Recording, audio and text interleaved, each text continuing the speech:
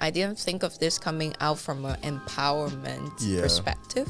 It is much more annoying and painful to have people pretend as if they recognize the problem and not solve it than to have people blatantly tell you, we don't believe this is a problem to begin with. My personal call to do something local is that I have to transfer those knowledge to the young people. Yeah, because for some of the people, transitioning is like turning their entire world upside down. We have to find out a way to adapt and then, increase our city resilience, for example. Damaging or affecting the climate advocacy? Is a lot. Okay. Because we are already seeing the weather is happening. Yeah. This year is going to be another hottest year ever. He seems to hold the view that without crossing that bridge, we can almost never guarantee a solution to climate change. Is that the same sentiment you feel? I would say if we cannot align with the longer vision together, so we have to agree on the same page. Okay. That at the same time, how we going to share the benefits and how are we going to bear the consequences together.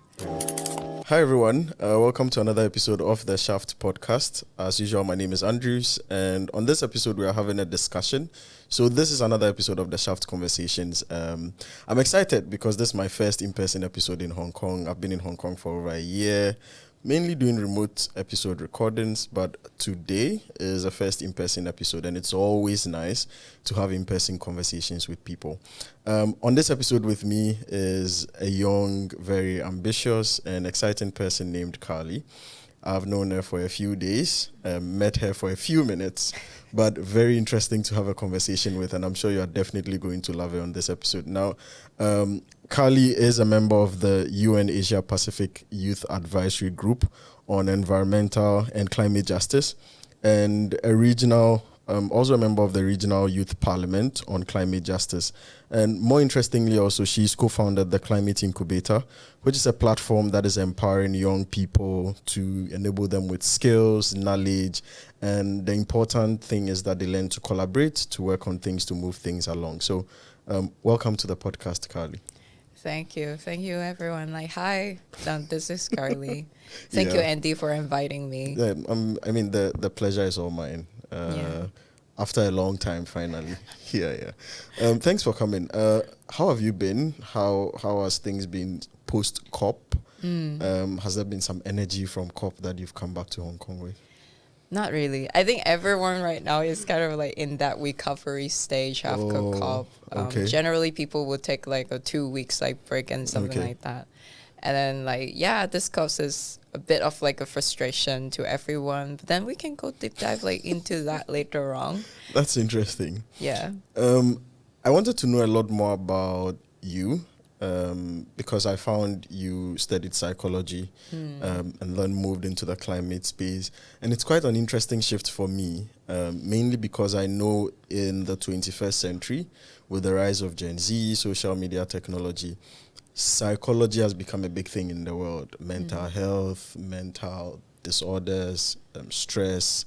And I find that a big space, a very influential space that also needs a lot of youth advocacy. So I'm wondering whether there was some form of tension when you had to choose between continuing in the psychology space or moving into the climate space, and what really sparked that inspiration for you. Okay, that can be a bit of a long story. But then, yes, I studied psychology in my undergraduate study. Okay. And for me, that was a time that I'm kind of struggling whether I should continue this path or should I explore something else. Yeah. Because psychology to me is it's important. Yeah. It's interesting topics. But then at the same time, it requires a lot of counseling, therapy, and then you have to do a lot of research. Yeah. So it's an interesting topic to explore for interests. Okay. But then it may not be an option for me to go into a career.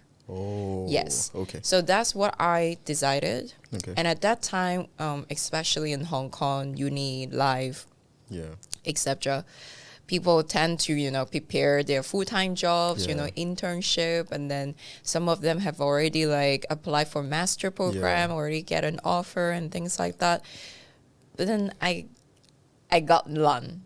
I got none of that. Okay. And then because I have still struggling to find out what I want to do next. Yeah. So at my final year, instead of exploring master program or exploring, different career options, I decided to join the program from my university at that time.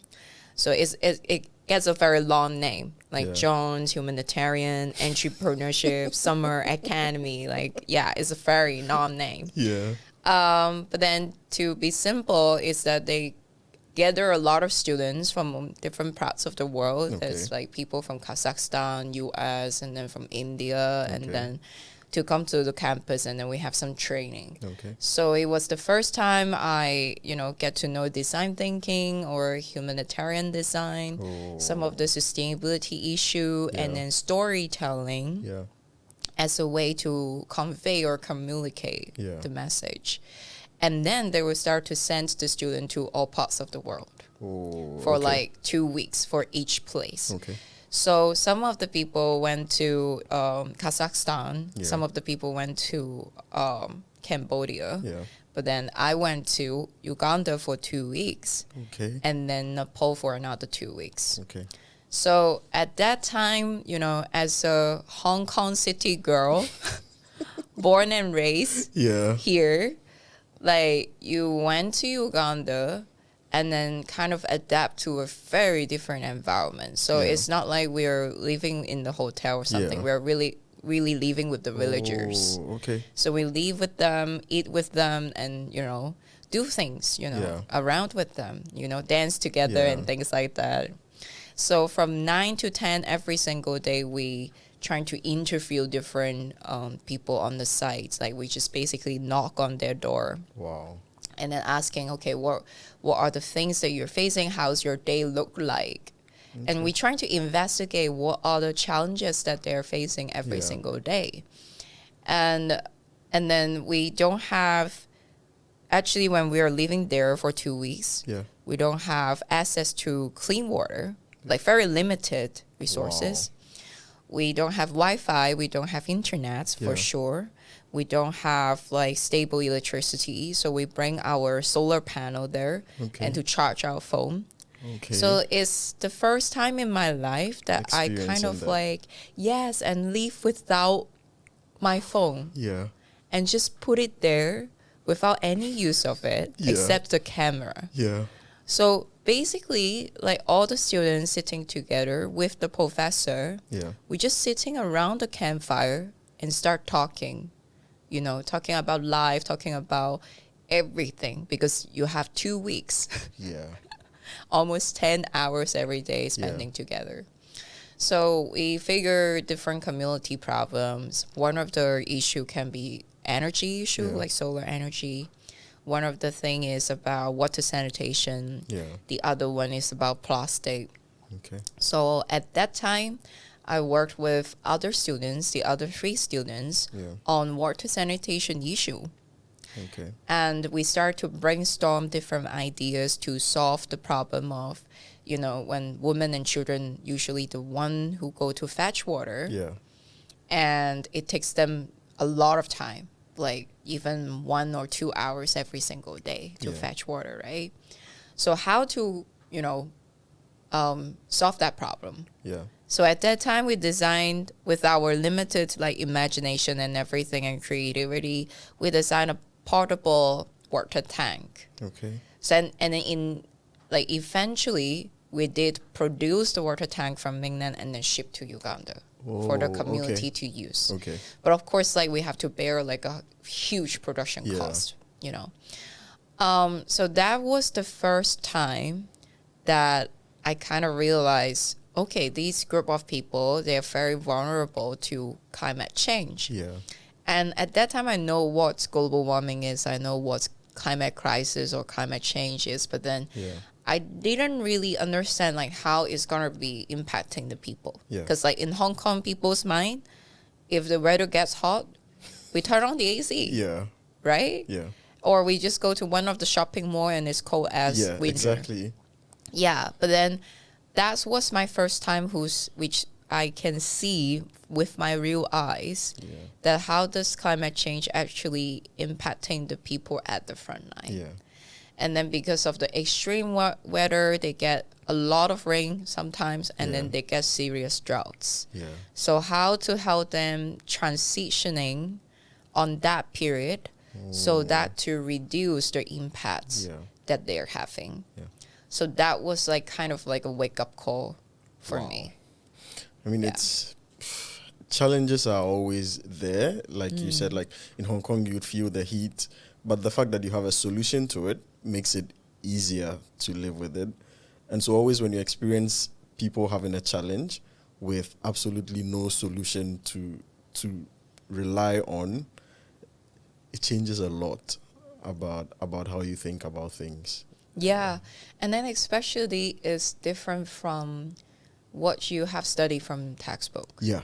Because Hong Kong students, they tend to be, rely on their lectures and then textbook a lot. Yeah. But then they seldom jumps out of the comfort zone or the bubbles that I usually call it. They seldom jumps out of the bubble and to see how the world actually looks like. Yeah. And I think that's a real problem to not only to Hong Kong students, but to a lot of students in the world. Yeah. Right? Because we study, we get all different kinds of knowledge, but then we don't know how the world actually looks like and how we can actually apply those knowledge to real life. Wow. We'll talk. I have a question on your time in Uganda as well. Yeah. But we'll explore that a bit later down the line. What I wanted to pivot back to was, because I asked you earlier, you came back from COP not long ago, but this was also your third COP as well. Yeah. And I've always been, to be fair, I've imagined how a COP would look like. It's only in my imagination. I've not followed COP in detail. Obviously, I catch up on maybe the top stories, COP is happening, what is trending, but to know what it feels like to be at a COP, I don't know that. So what does it feel like to be at a COP conference? I still remember my first COPs makes me feel like I'm a small potato. Why? Because, when you go there as a youth, like imagine, I'm just like at that time, I'm just like a master's student studying environmental science and management. Before I get all these kind of like fancy title that you just named at the introduction, I was like being at COP with all these fancy people, sometimes like there's like celebrity, like going to be like the global ambassador or something like that. And then there's some negotiator from their own country and like the US and everything, like some famous politicians that, just walk past you. And then you look at him and then he looks at you and I'm like, wow. Yeah, so I sometimes, like, not sometimes, I did feel like I'm such a small potato. Wow. But it's all because of that mindset. You tend to like, okay, because I'm just a small potato in this room, I'm just a small potato in this cup, then I have no burden to act on something. Okay. Right? Because I do not have to care about what the other people think. I just have to follow my own agenda. Yeah. Right? And I think it was a very different, and then I would not say fantastic because there's always something very stressful things going on. Yeah. But then I would say that it's changed me a lot on how I'm looking into climate negotiations and climate governance, for example. Yeah. I mean, people often describe lack of attention as disempowering. So what you just described as something that more of gave you some form of empowerment to pursue the things that you wanted to pursue. Often I hear people describe it as rather disempowering, that I don't have the attention of people. When I speak, nobody would listen. I'm not the attention in the room. So how do you expect me to make change? But you are describing it as much more empowering than people often talk about it. And is this one that is a personal thing, or you think that there is empowerment regardless of the situation, and it's just that we have a standard, or society tells us a standard of what empowerment should look like. Therefore, we overlook the true empowerment within our context and just try to focus on society says, unless there's a camera in front of you, you are not empowered, so I'm not empowered yet. I think it's all about the mindset. Okay. It's all about the mindset. I know that before people going to COP, they're already depressed, or they are already working under that system for a long time. So they get used to it. Yeah. You know, when you go to COP the first time and then the second time and now the third time, Yeah. that I realized that that's the same group of people. Yeah. There's the same group of negotiators. There's a lot of common faces that I've met in the past previous COPs. Yeah. And there's kind of like having that kind of tendency that they work in a certain way. So for me, my perspective is, if I give up before the conference, then what's the point of me going there? So if I have to still hold on to the hope, and then if I still trying to do something for the climate negotiations or climate crisis overall, then I will try to maximize my effort and change my perspective and mindset, that what kind of things that I can still do in this space. I didn't think of this coming out from an empowerment perspective. But then every time when I see, youth being so frustrated because they feel like, the voice are being unheard. Like our voice are being ignored by most of the people.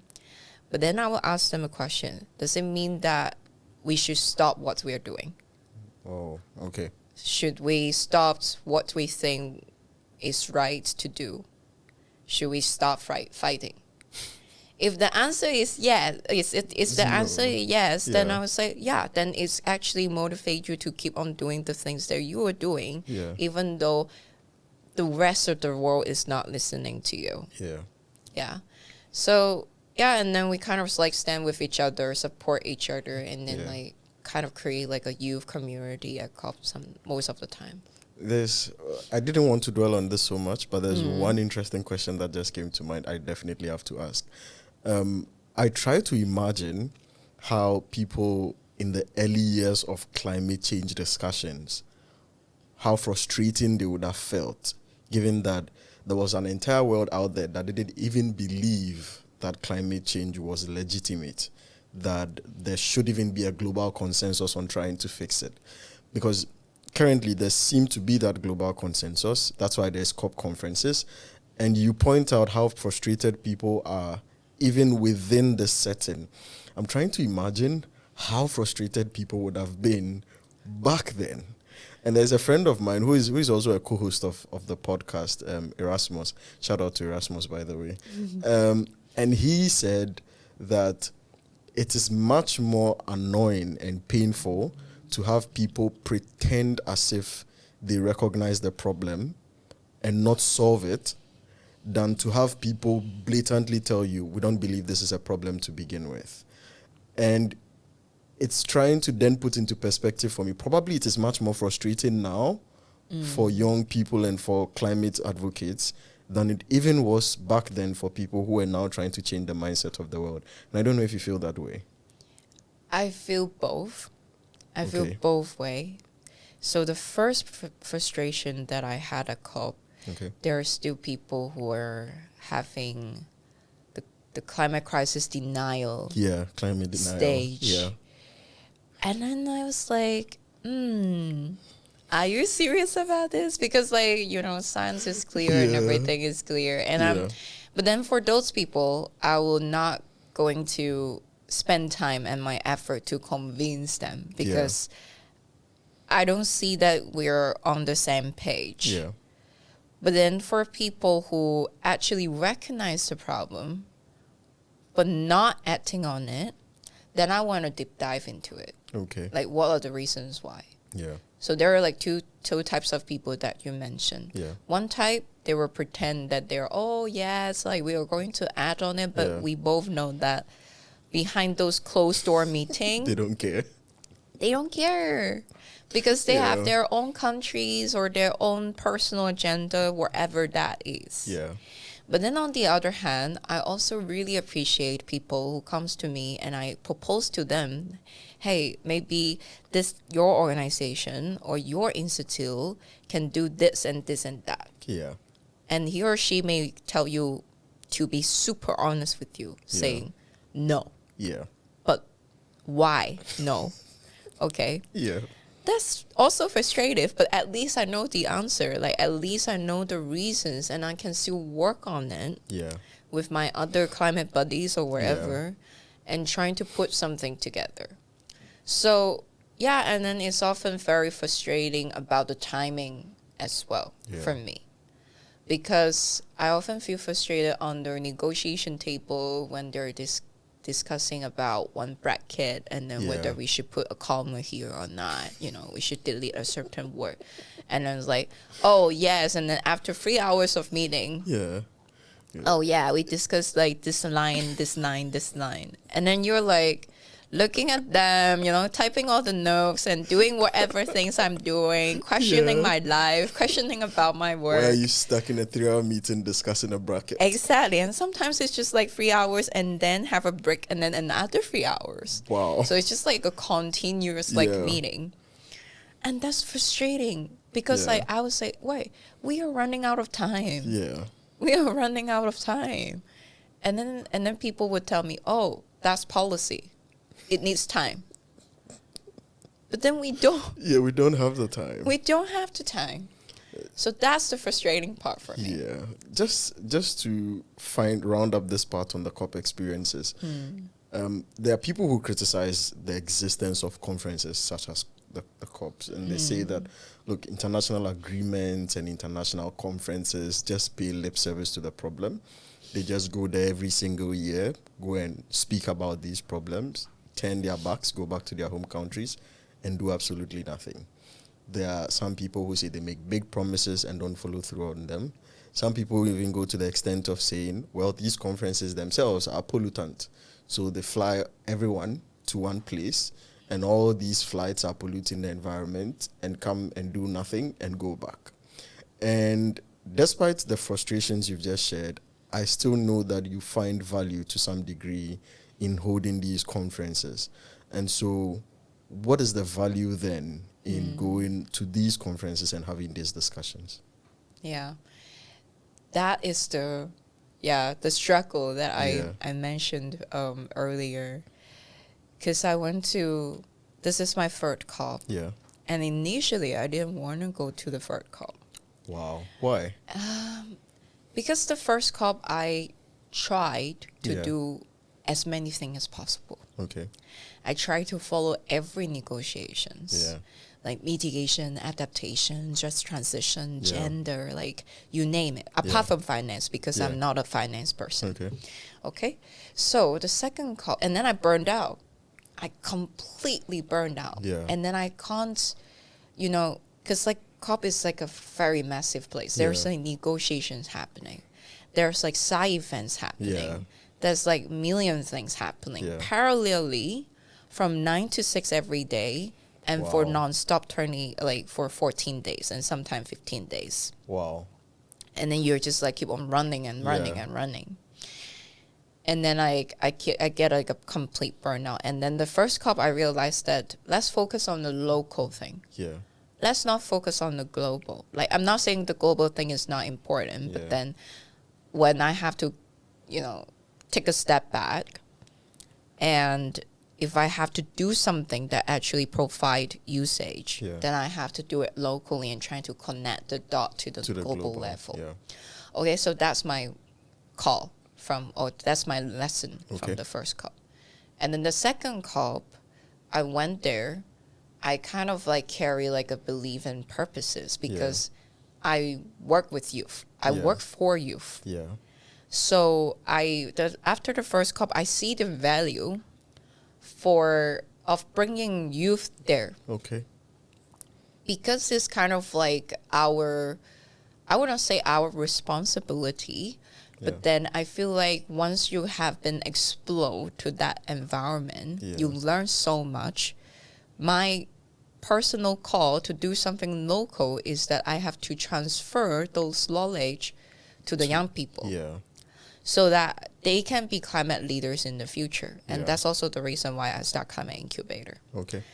And that's why when the second time I go to COP, I know how confusing COP can be. I know how negotiations can be so frustrating and then confused.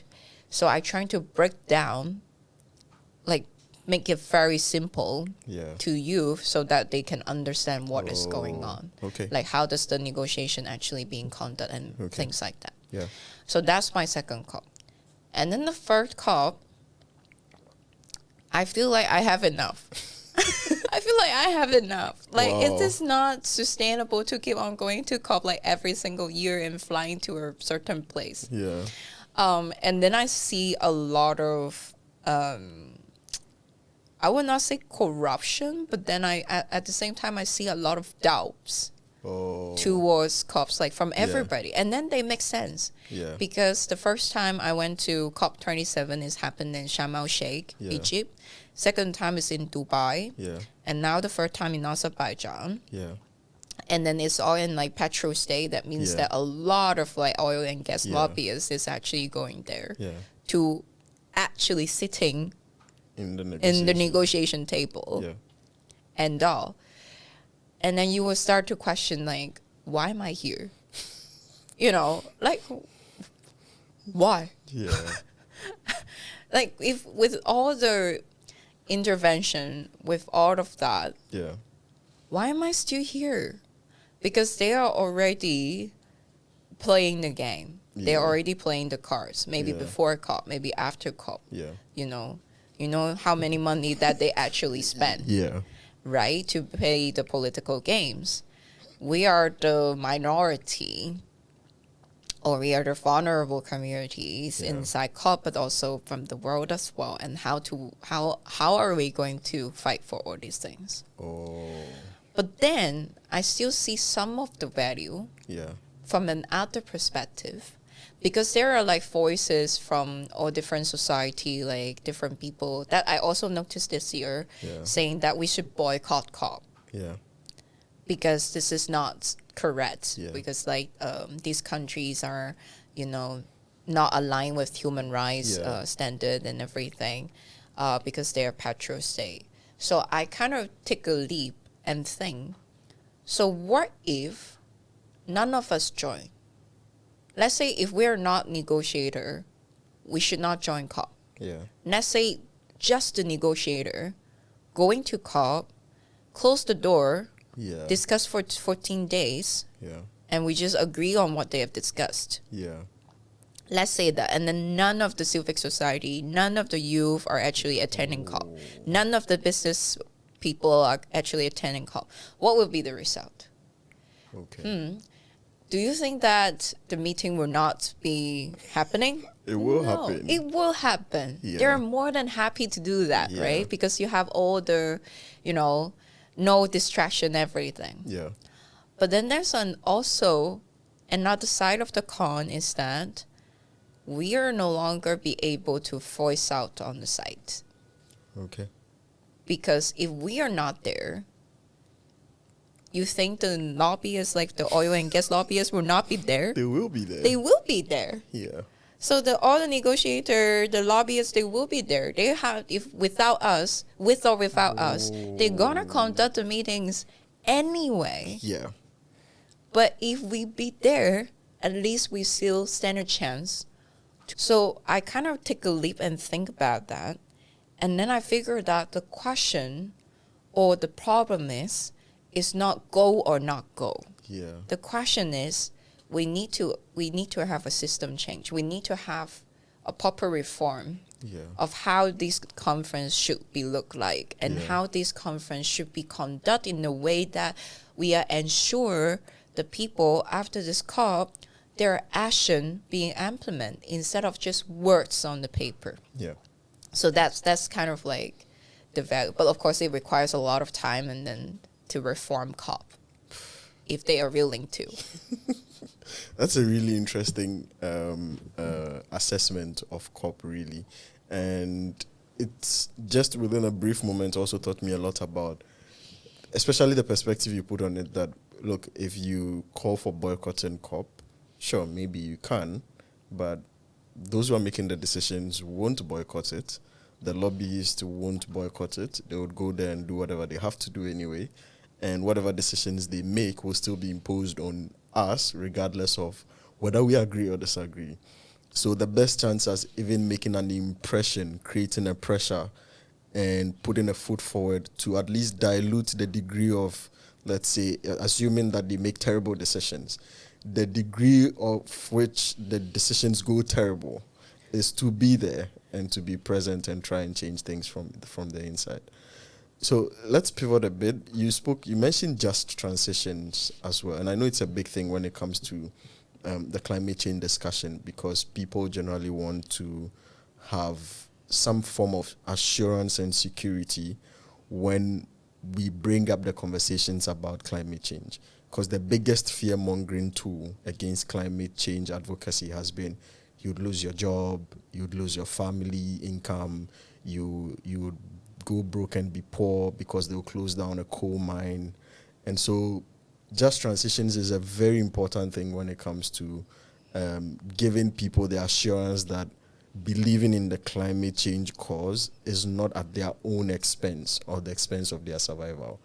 What I wanted to find out is, what has it been about in terms of what the just transition cause has morphed into?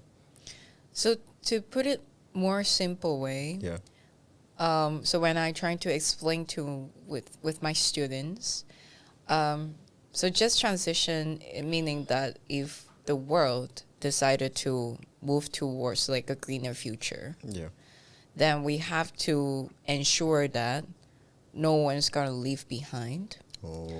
But then what do you mean by leaving no one's behind? We have to ensure those workers, those neighbors who are now working in the oil and gas industry, they are not going to lose their job. They're not going to lose their family. We have to ensure that their labor rights are being protected. So that's the one thing. And the second thing is we have to ensure the community is being heard. No matter it's on the impact level or it's on the decision-making level. So we have to ensure there's a space for them to voice out their opinion, to make the decision together. And then we have to ensure everyone are being fair to them.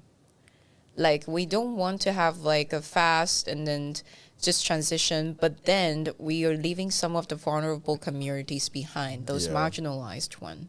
We have to ensure that they are also being included in the process, and then we are doing justice to them. So that's the whole concept. So it's about the community. It's about how we can transit the community for the workers and protect them in a large extent. We are also included them in the representations perspective or in the decision-making perspective. So that's how I see the world should achieve just transition in this way. Is it possible?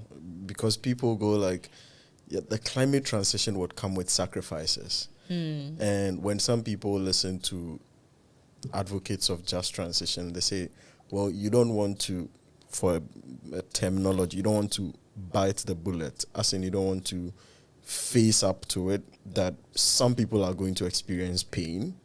And so we should just deal with it and move on and transition. And so some people say advocates of just transition are perfectionists in some sense, and that would drag the climate cause back as opposed to move it forward. So from the baseline, is it a possible thing to do? And what's the response to those who say it's a perfectionist approach that's unlikely to work? It's going to be super difficult. Okay. Yes, let's put it that way. It's going to be super difficult. And then we have to have a few things aligned. Okay. Because when you're studying in this, or you're looking into just transition into like a border perspective, you notice there are a lot of obstacles. And a lot of obstacles including like very polarized the political views. Yeah. For example, some countries, let's say, they want money for their loss and damage and then for the transitioning period. Yeah. The countries, they don't want to give out the money. That's the frustrating part about this COP39 as well. Like, it's all about the money problem. Oh. And then it got polarized to a very large extent. Yeah. And then it's kind of like missing out the collaborative effort that we are trying to building the trust, and we are building the foundations of the negotiations. Once it talks about the money, that things are basically all gone. Yeah. And that's why how to overcome that is the biggest challenge from my perspective. Okay. And the second challenge will be how to ensure the things that we are talking about on the international level are actually coming down to the ground. Yeah. Because, like, I only see 3 COPs, but then COPs right now happened for 29 years already. Do we see a lot of implementation on the ground?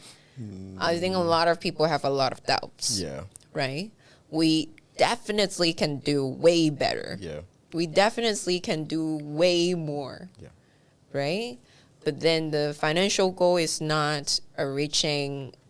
People are not trying to work with each other. Yeah.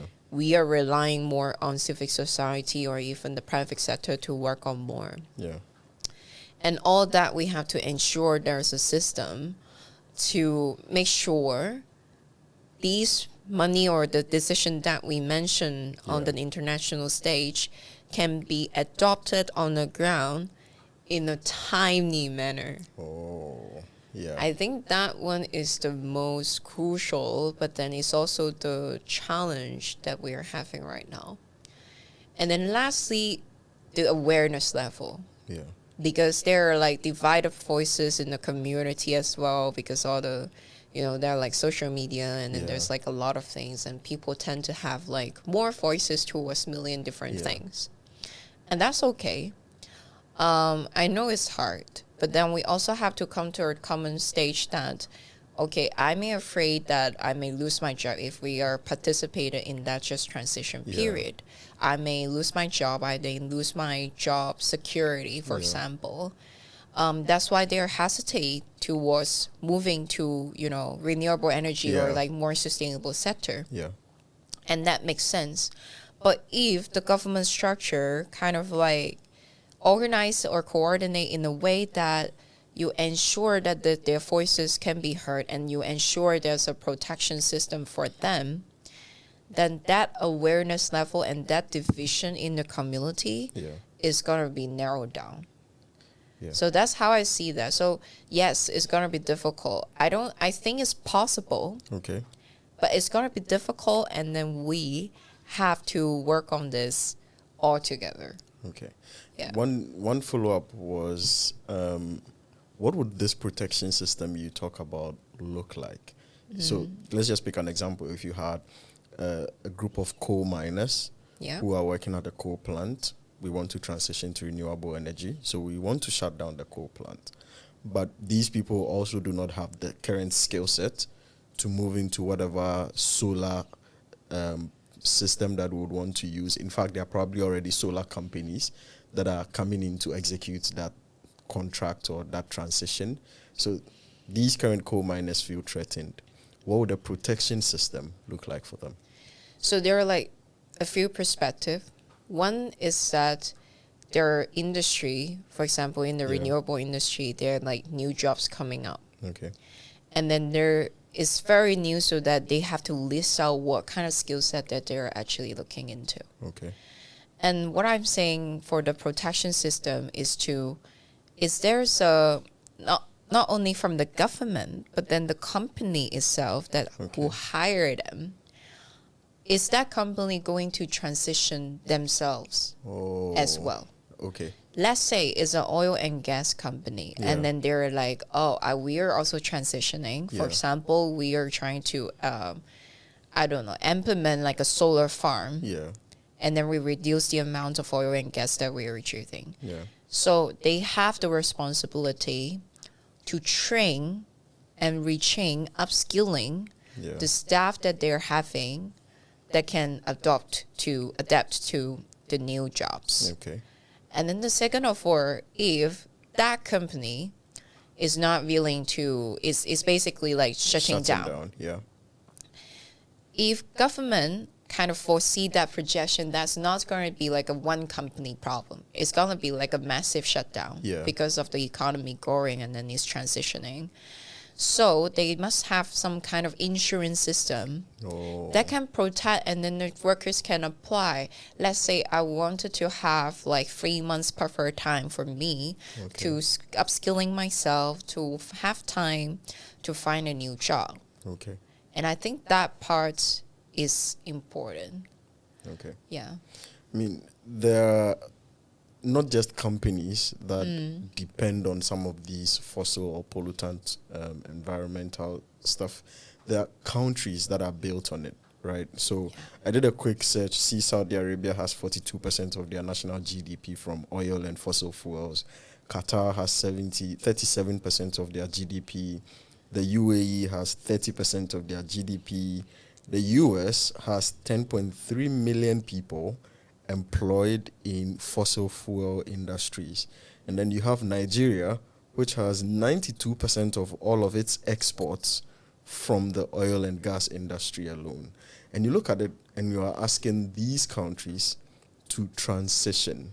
From where I sit, it seems like a huge task for a lot of countries, especially countries that have a very high dependency on some of these fuels. So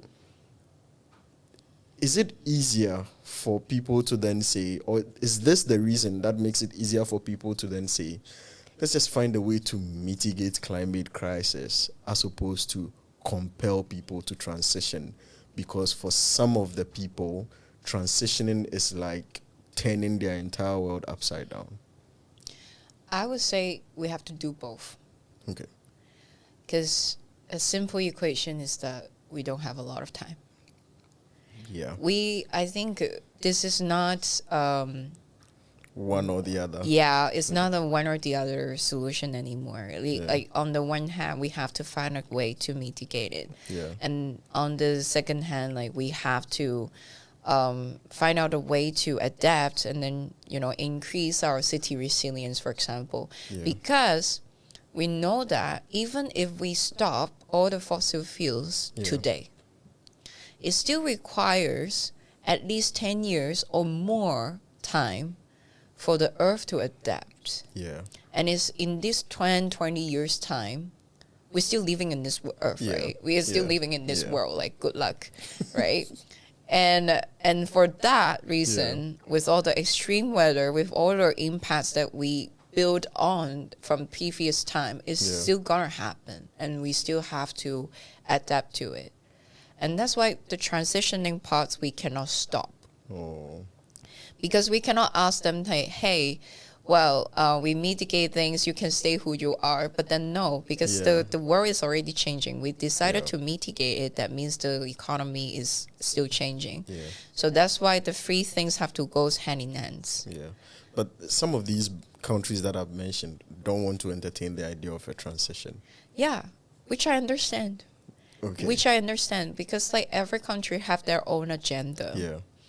And it's our job, but then it may or may not be our job, but then I see it as our mission. Yeah. As a youth, if you're going to advocate for something, you have to tell them that. You have to push them that this is necessary for the world. For specifically the continent of Africa, because that's where I come from, I've heard a lot, and I follow a lot of the discussions that go on there. The narrative there is, for countries that are discovering oil, it's a huge revenue generator for them. And it's a continent that's also struggling with wealth inequality, not having enough revenue. And so to have a country discover oil or fossil fuels or have a mining sector, regardless of how pollutant it is, seems like a discovery for the heavens for a lot of these countries. And unfortunately, they find themselves in a time where the world is demanding that we avoid these, or at least we look beyond these pollutant means and try and move on from it. And someone from Nigeria would say, well, I just discovered my oil. The US have been exploiting their oil for God knows how long. They didn't tell themselves to stop because it would get the world to a point where we cannot exist anymore. And now it's my turn to enjoy my oil. And here they come along on their high horses telling me, you know what? Shut it down. Transition. Look for something green. These guys find it not just as an economically impossible thing, but they also try and look at it from a hypocritical point of view from the global West, trying to impose certain standards on them that they think when the global West were developing, they had to do that to get to where they are today. So it is more of, is it possible for underdeveloped, developing countries to maximize their economic potential when they look beyond the pollutant resources that they have today? The answer is yes. And then we need the other countries, like the developed countries, to support that. Okay. Because it's not the sole responsibility of the less developed or developing countries. Yeah. We have been building up so many pollutants across the years. And even though, as you mentioned, UAE, even Azerbaijan in the current COP, like they describe fossil fuels, oil and gas as a god of, like the gift of the god. Yeah, exactly. Right? They see that as a gift. Yeah. But then this gift comes with consequences. And then we can see it with our bare eyes. In Azerbaijan and Baku, the air pollution, when we're in UAE, the heat. Yeah. We're noticing all of the impacts. So they have also the responsibility as when we're talking about just transition, we're not like talking about like a one stop and then like a one-off cut transitioning, right? It's a process. And then how we should ensure that, and then having different countries involved in that process is the most important part. Okay. So that's what's the just transition is about. Yeah. So if you ask me, then yes, I would say. Interesting. So, rounding up this part, because I have two special questions I would ask you before we end the session. Yeah. But rounding up this part, it seems to me that everybody understands that, like you said, we need to do multiple things. We need to mitigate while we transition.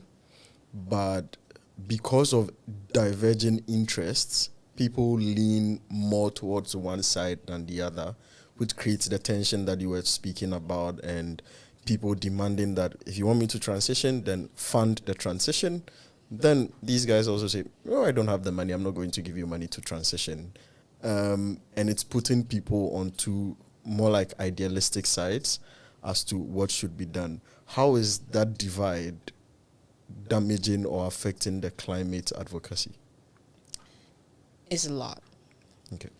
Because we are already seeing the weather is happening. Yeah. This year is going to be another hottest year ever. Yeah. We see the impacts already. We see the flooding in Spain. We see the flooding in Pakistan. Yeah. We see the droughts. We see the wildfire. We see all the typhoons. Yeah. Even in Hong Kong last year, we have like flooding. Yeah. We have ever noticed before. And this winter is the warmest winter ever. Because, last year before I moved here around September, and it had just flooded, I think a week before my flight. So one of my uncles asked, are you not scared? It just flooded heavily there. I'm like, I read up and I realized that was once in a long time. So it's not a frequent thing. And I use that to calm nerves. And then this year I've been telling people, by this time last year, it felt much colder than it is now. It is still warm now. Yeah. And it's surprising. But then you are mentioning it and it's like, yeah, it's true. Yeah, it's true. And I know that everybody kind of aware of that because like 2 weeks ago, we were still wearing T-shirt everywhere in Hong Kong in winter time. I mean, I'm here. I'm in short sleeve and exactly. I'm fine. And the AC is on. Yeah. And then it was crazy to me that people don't see the issue, or it may not be convincing enough for them to take the action. Yeah. But like, get back to the question would be, it's definitely delaying the actions. Okay. It's definitely going to worsen the impacts that from extreme weather. Yeah. We are now talking about a lot of climate refugees in the future, all the island nations that are going to be, below the sea level and everything. Yeah. And that is crazy because we still haven't come up with the solutions to tackle that. Yeah. And then we are also talking about it's gonna, go beyond the 1.5 degree. Yeah. And then can we accept the fact that we can accept the consequence of the 2 degrees Celsius increase? I don't know. Like, I don't think we can. Yeah, I don't think we even can conceive what it would look like to prepare for it. Yeah, and we're not prepared for it. Yeah. We are still playing our political games. Yeah. The bureaucratic games. Politics. Yes, and that's frustrate me all the time. But like, we still have to work on what we can on this. Okay. So, rounding up, there are 2 interesting questions I have for you. I like reading books. One of the books I've been reading recently, I've been rereading recently because I've read it like twice already and I'm reading it again, is Yuval Noah Harari's 21 Lessons of the 21st Century. Yeah. Since I read it, it's become my favorite book of all time because it's like it gives me an entire view of the world from the past to now into the future in just one book, and it talks about so many things. One of the things he speaks about is the environment and climate. So obviously I had 2 questions from there. The first question is, he says that there will be an immediate cost to any solution model we try to use to resolve climate crisis. And so in exploring solutions, we should explore and agree on how we share the benefits and the burden of the climate action. But then from the discussions we've had now also, you point out that that's where the conflict is as of now, as to who gets what burden, who gets what responsibility. He seems to hold the view that without crossing that bridge, we can almost never guarantee a solution to climate change. Is that the same sentiment you feel? I would say if we cannot align with the longer vision together, okay, if we not be able to cross that bridge, even though they're conflicting, but then I think at least we have to agree on the same page. Okay. That at the same time, how we going to share the benefits and how are we going to bear the consequences together. Yeah. But of course, countries going to tell you, I just want to share the benefit. I don't want to bear any I don't risk. want to bear the cost. Yeah. Like that's the huge gap over there. But then if countries cannot develop that vision together and make sure that they are on the same page, this is very difficult to achieve. Yeah. But then we have to try. So, not impossible, difficult. Very difficult. Very difficult. Okay. The second question, and I picked this question because you studied psychology before drifting into climate change. In his book, he says, he speaks of human psychology, and he says that humans often prioritize emotional and immediate gratification over long-term things. It's quite interesting because you just mentioned that we need to align ourselves with a long-term vision. He says, by the way in which we are wired up and made up, we are very emotional, and we most of the time just care about immediate things. And rational decision-making, particularly in times of crisis, is limited by this attribute of ours. So he says our ability to implement necessary but potentially unpopular climate policies would be so hard. Do you view this assessment of the human psychology as a correct assessment? And from your experience in both fields, do you reflect on it and think, actually, our psychological behavior is really limiting our ability to find a resolution to the climate crisis? Oh, I love this question. I knew you would love it. I really love this question. Because in psychology and then human being actually designed in a way that we only see the short outcomes. We feel more devastated with the impacts of the short outcome than the benefits of the long outcome. Of the under outcome. Oh, okay. So we're more like human being is kind of designed in a way that we focus on the short outcome and the feelings and the emotional coming out of it. Yeah. Rather than we don't, give a damn about what's going to happen like 10 20 years later. Like, okay, like that's come like way after. Yeah. But then I think at this time, what's not interesting, but then what's kind of alarming in this world right now working on climate policy is that there's different voices and there are different countries who are facing different problems, different level of the issue. So there's some countries is no longer like a long-term problem. It's a now. Yeah. It's a life and death situation that we are facing right now. Yeah. But then there are countries or city, let's say Hong Kong, we don't see it as a life and death situation. Yeah. That's why they cannot connect with the dots together. Even in one country, sometimes different parts of the country. Exactly. Extremely different experiences. Exactly. And then you imagine you have all this 198 countries sitting together in a room to discuss that. That's tough. That's tough. Yeah. So, yes, I agree that human being is designed, the psychology trait of human being is designed in a way to make it even more difficult. Yeah. But then there's in reality right now is that different countries or different city or different groups of people are facing different level of change. Yeah. And our jobs and the jobs of the politician is to narrow down the gap instead of polarizing it even further. That's a unique way to describe political responsibility. Yes, because at the recent COP, I only see polarization. Widening the gap. Widening the gap. Yeah. And that is definitely not the way to go. Interesting. A quick question on the psychology part. Does it help or hurt us? Like having to be wired as people who look a lot more to the short-term thing than the long-term thing?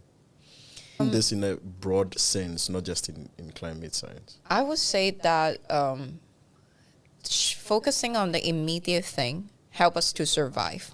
Okay. Like the flight response, like just like if you touch your hand to the fire and then it's immediately you put it out, right? Because you can foresee what is coming next, right? This helps you to survive. Yeah. But then seeing the longer term of the benefits or the impacts, how helps you to live, not survive. Wow. Helps you to live. What's the difference between surviving and living? That's a very philosophical question. And that is also part of the psychology question as well. Yeah. Like living and then surviving is, from my understanding, it's like very different term. Okay. Like surviving is more about, hunger, eating and then sleeping and everything. But then living in a way that makes you happy. Yes. So how you gonna live your life in a way that you want? Okay. Oh, okay. Right. I get it. Yeah. Makes sense now. Anyway, it's been a really interesting conversation with you. Maybe we're going to have another episode related to psychology and everything. Definitely. Because I like speaking about philosophical things, about how human beings behave. Yeah. And behavioral psychology, really. Because I debate a lot, and in the world of debating, one of the ways to easily win is to describe how people are going to react to something. Oh, and yeah. behavioral. Basically, it's behavioral analysis of people, to different policies, to different discussions, to different decisions that are taken. So we'll definitely have that discussion. Yeah. And yeah, thank you so much for joining me on this one. Thank you so much for inviting. Anything you're working on that or any advice that you have for young people out there when it comes to the climate crisis and how much attention we should be paying to it? Yeah. So for youth, everyone, don't stop dreaming. Yeah. I know life and then society make us feel hopeless or helpless all the time. Yeah. But never stop what you want to do. Never stop advocating what you want for your future, because the future is not only about us or the people or your parents, it's all about you. It's always about your future as well. And then you have to be part of this. Yeah. Thank you so much. And thanks everyone for joining us on this episode. Hopefully you see a lot more from us. And thanks for watching. See you on the next one. Bye everyone. See you. Bye. Yeah.